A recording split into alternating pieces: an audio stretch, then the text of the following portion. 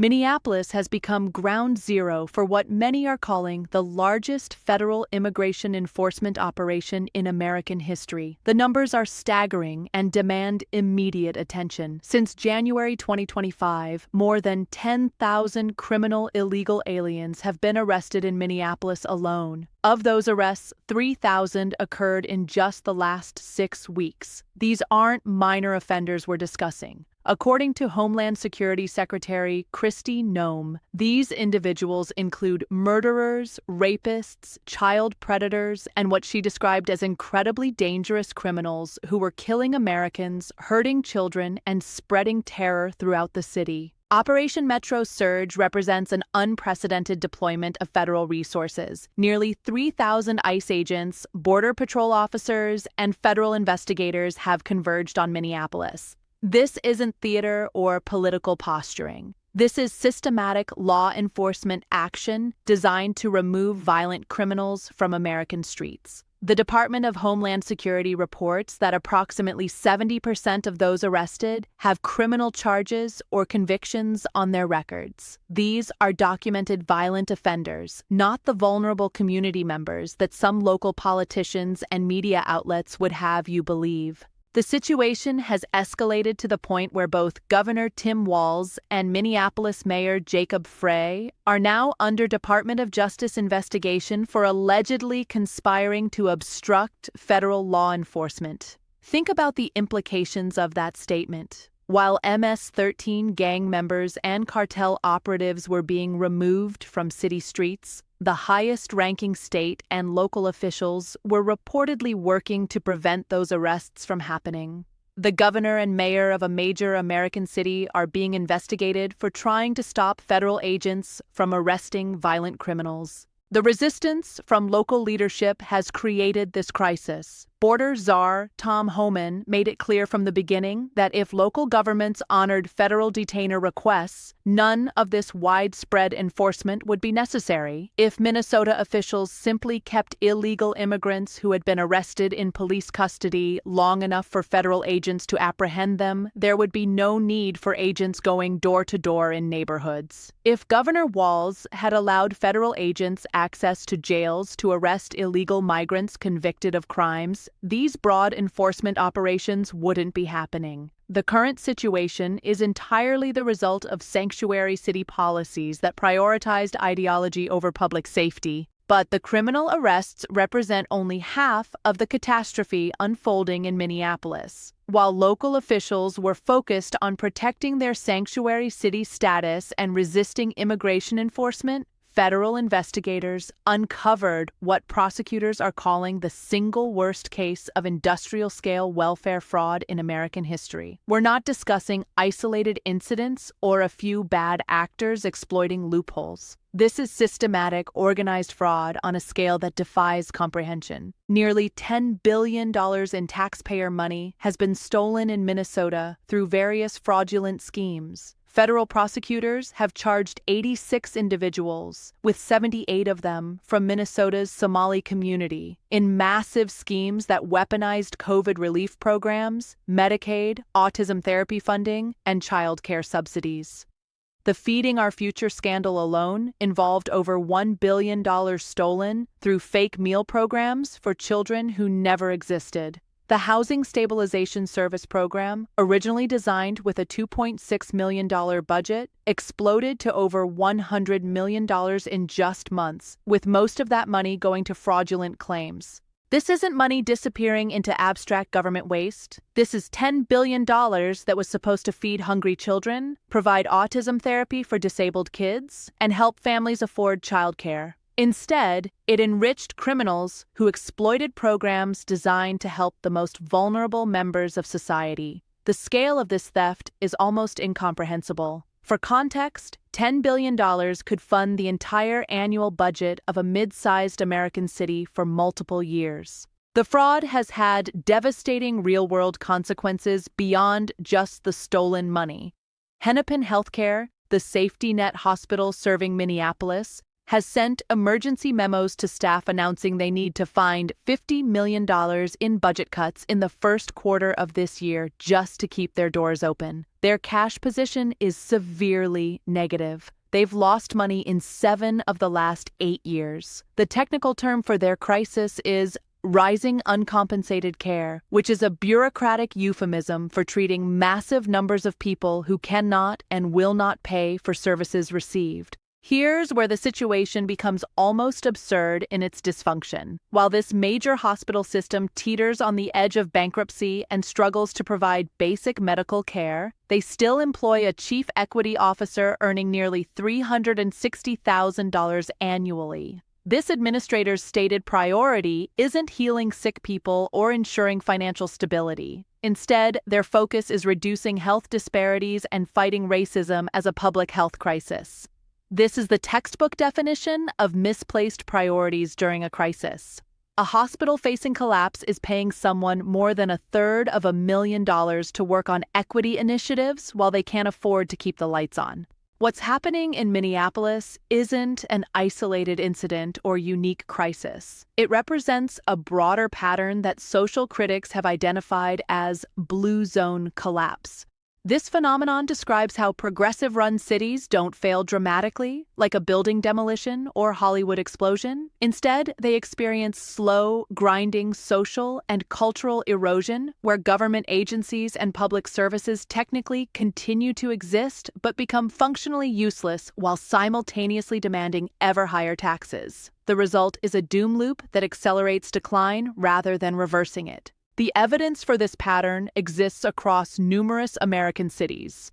In 2019, California's East Contra Costa Fire Protection District had been reduced to just 10 firefighters covering 250 square miles of territory. When a house fire broke out in Bethel Island, the average response time was 14 minutes for the first fire engine to arrive. The fire spread to multiple homes and burned for 3 hours before firefighters could bring it under control. But here's the critical point. The fire department technically still existed. It appeared on organizational charts and budget documents. It just couldn't perform its basic function of protecting residents from fires. Vallejo, California, provides another stark example. The city cut its police force in half after the 2008 financial crisis, reducing from 150 officers to fewer than 80. The results were catastrophic. Between 2009 and 2014, police officers killed 20 people in this small city. In 2012 alone, there were 6 fatal police shootings. The understaffed, overwhelmed department became more violent and dangerous, not safer. When you reduce police capacity below functional levels, you don't get gentle, community-oriented policing. You get stressed, overworked officers who resort to force more quickly because they lack the resources and backup for measured responses. Los Angeles demonstrates how this pattern operates even in massive cities. In the 1960s, Los Angeles had 3,400 firefighters serving a population of 2.5 million people. Today, with nearly double the population at 4 million residents, the city has actually lost firefighters. Los Angeles now has just 3,300 firefighters and fewer fire stations than it had decades ago. This helps explain why entire historic neighborhoods burned to the ground during recent Palisades fires. The city simply doesn't have adequate firefighting capacity for its size and density.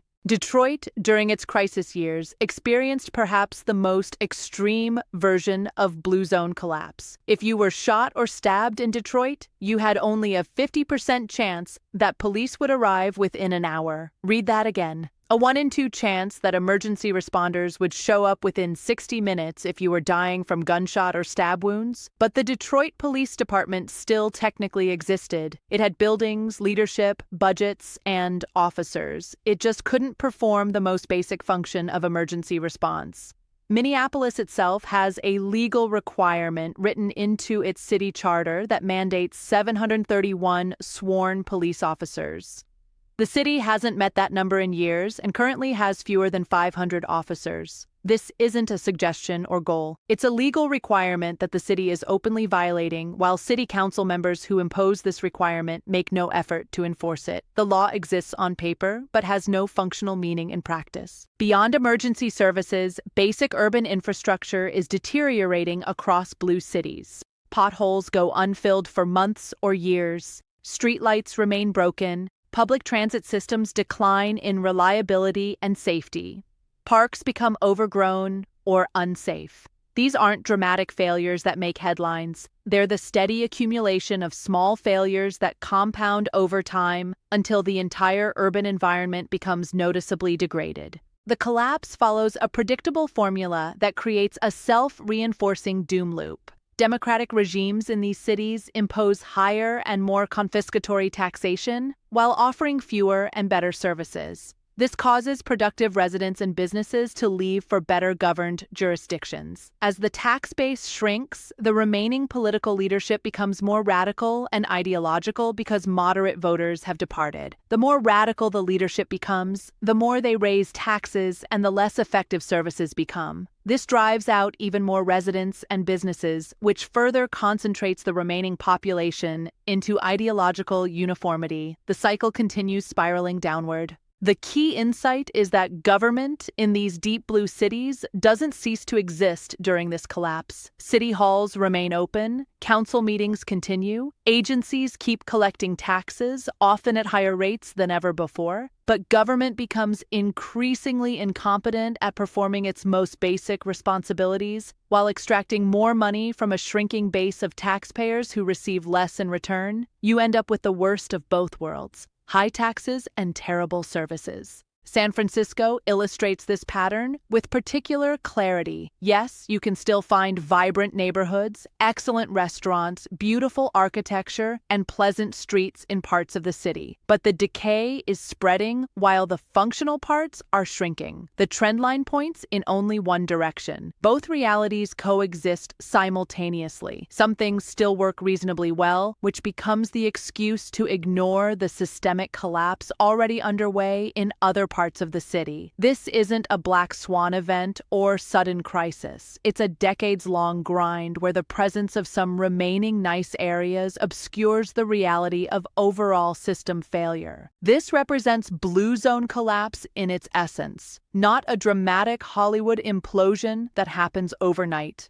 Instead, it's a slow, agonizing grind that manifests in increased societal despair, reduced quality of life, deteriorating infrastructure, declining services, and steadily rising dysfunction. The collapse happens gradually, then suddenly, as the accumulated weight of policy failures reaches a tipping point. Democratic politicians in these failing cities find themselves trapped in a doom loop of their own creation. They've maintained virtual monopolies over urban governance for decades, often going generations without meaningful Republican opposition or electoral competition. This means there's nobody else to blame for the current state of affairs. The failures are entirely their own. Every policy decision, every budget priority, every enforcement choice came from their political movement and leadership. But politicians, by their nature, cannot accept responsibility for failure. Admitting culpability would end careers and delegitimize the ideological frameworks that guide their decision-making. So, they've developed a convenient explanation that allows them to avoid accountability: systemic racism.